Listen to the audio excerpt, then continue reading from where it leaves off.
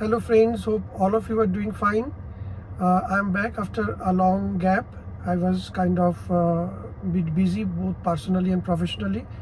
Going forward, I hope that I will be able to continue to post videos in much more regular frequency. Okay, coming back to today's topic. Today I'm going to discuss about my experience with Tata Tiago. As you might remember that I have posted several videos on Tata Tiago, and I am owning a Tata Tiago XT optional variant for last more than 2.5 years.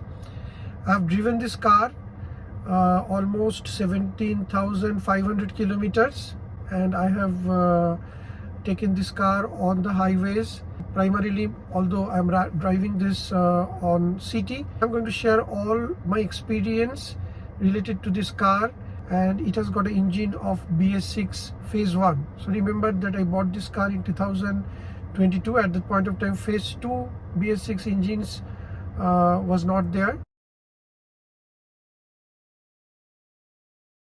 I have taken down few key points which I would like to bring up in today's video. The first point, of course, is mileage. So you will be interested to understand like what is the mileage that this car is giving after I've driven this car almost 17,500 kilometers. So right now, as I can see, the mileage average fuel economy is 12.2 kilometer, which includes mostly city run. So during those city rides, the mileage can essentially drop down below 2 digit also. So it can be 9, 8 or 9. And on a good day, when you don't see so much of traffic, the mileage can significantly improve to give you 11, 12 or maybe 13 in some cases. But I've never got from this engine and from this vehicle anything beyond 12 or 13 in the city. So it's always, or most of the cases, is below that. However, on the contrary, when I have driven this car on a highway, this engine has given me fantastic mileage. It has given me around 17, 18 and sometimes even slightly more than that. With the petrol engine, I see that it is a very good mileage, especially considering that during weekend travels and all, we had our luggage. I have with me my wife, my kid, and sometimes one more family member.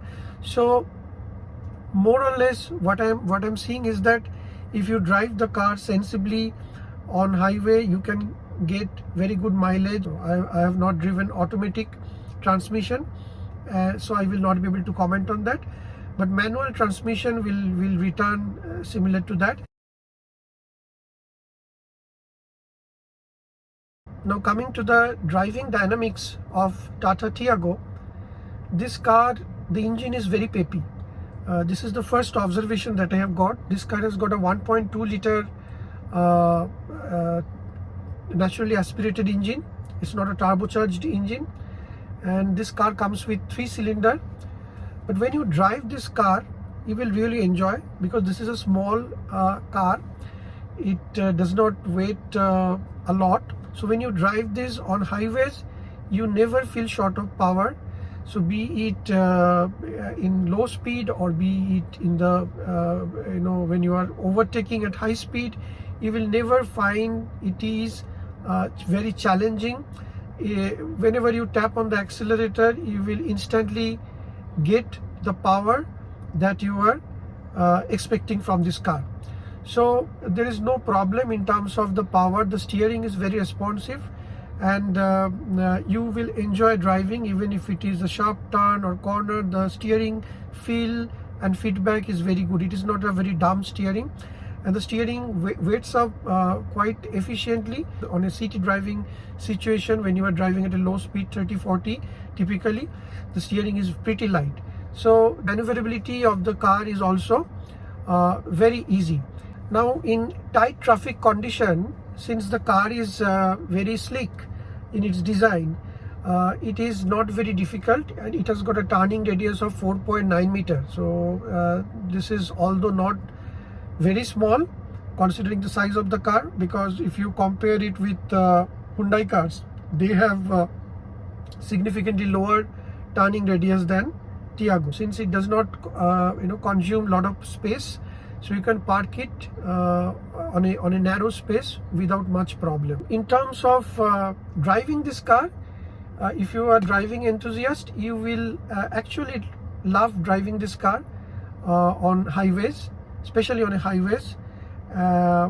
Although it has got some limitations in terms of drivability aspects also, which I will cover subsequently, but overall as an enthusiastic driver you will find it very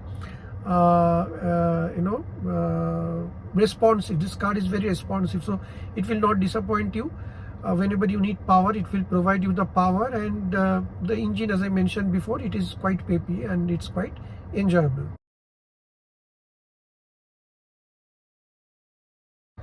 Now let's come to the another important aspect, which is ride quality. Now ride quality in the stock tire, which was 175/65 R14 in this specific car, it was not very good. Okay, although it probably is better than a few of the competitors that we have seen, but it was not very good, and hence I decided for and it was very bumpy when the road condition was not very good. I mean, if there are a lot of potholes and some of the potholes are extremely uneven or quite deep, you will experience significant bumps inside the car, and that is quite unsettling.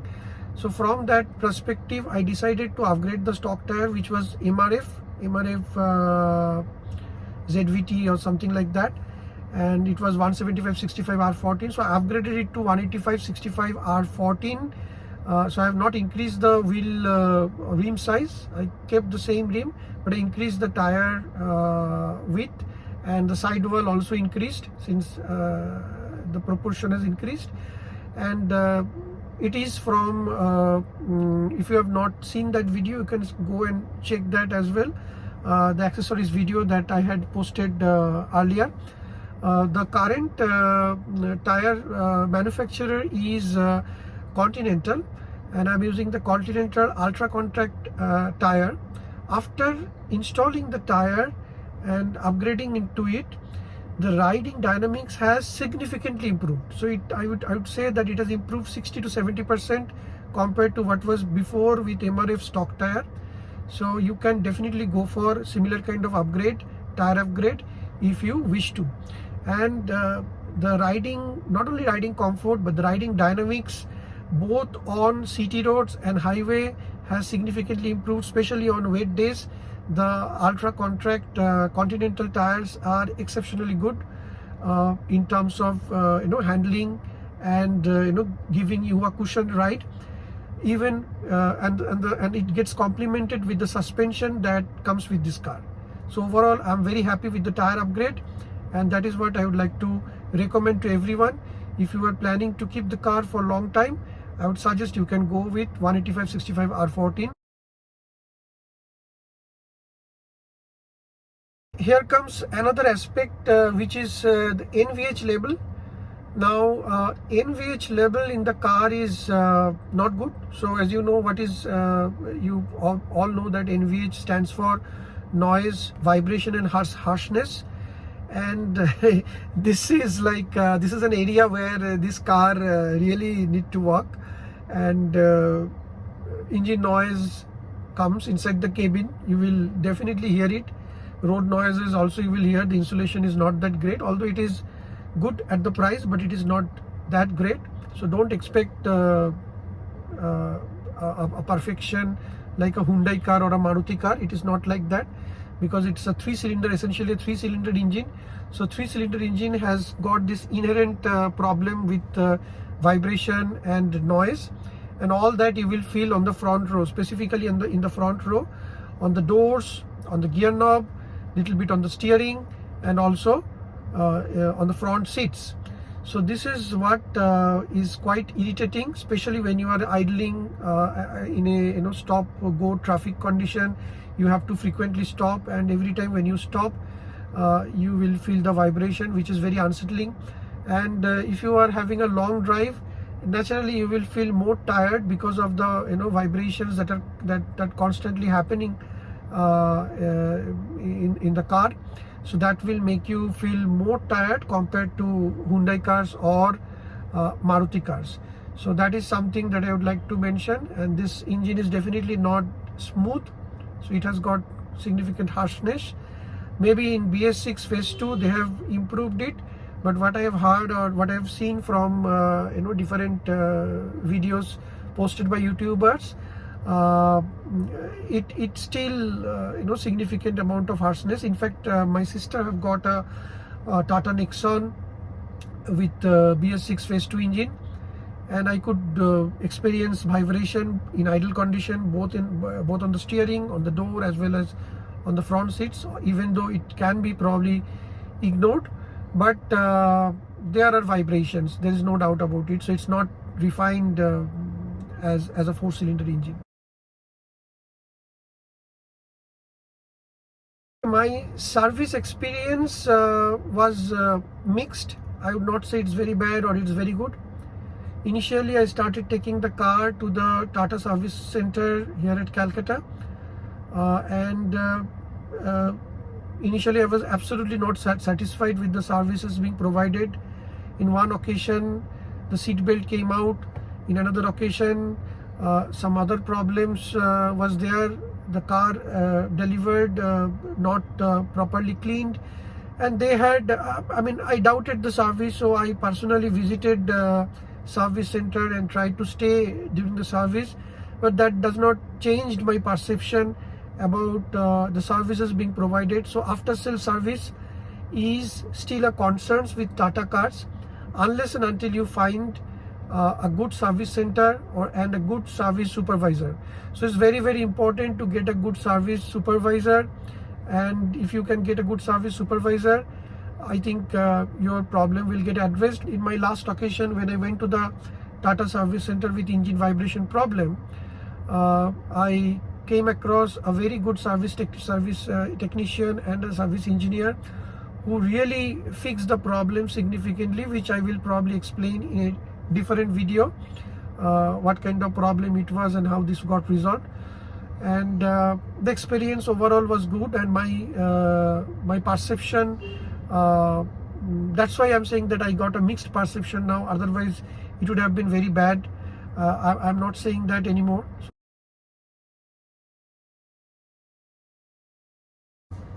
Now, few key problems that I found with this car.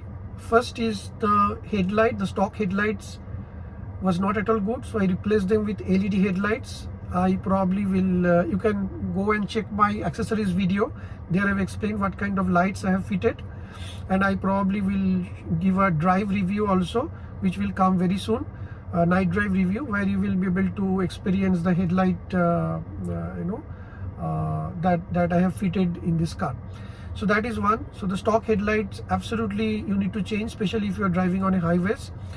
Second important problem that I have already mentioned, and I spoke about that is the NVH issue, and it is there, it will be there, especially with Bharat stage 6 phase 1 engines. I don't know what they have done with this engine, but there are serious problems, and probably people who have got the same kind of engine, they will able to relate with me in terms of the experience. Third is the rattling sound. So as I mentioned, the car is just 2.5 years old, but even within this period, I am started experiencing rattling sound on the doors. Not so much on the dashboard, but of course on the doors I have started getting that. Fourth problem with this car is the low boot space, and you simply cannot increase the boot space by 60-40 rear seat split, because this car does not offer that kind of split, and it is a flat fold. In fact, it is also not a flat fold. So especially if you are putting a seat cover, you will find that the seat is not folding as you like it.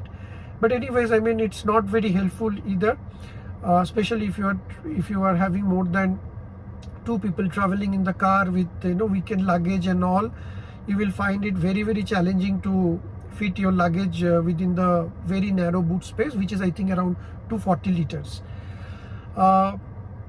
Another big problem with this particular model, which is XT optional, unless until you go to the top model, you don't find a cruise control. So especially if you are driving on highways very frequently, you will find this absolutely needed feature which is missing in this car.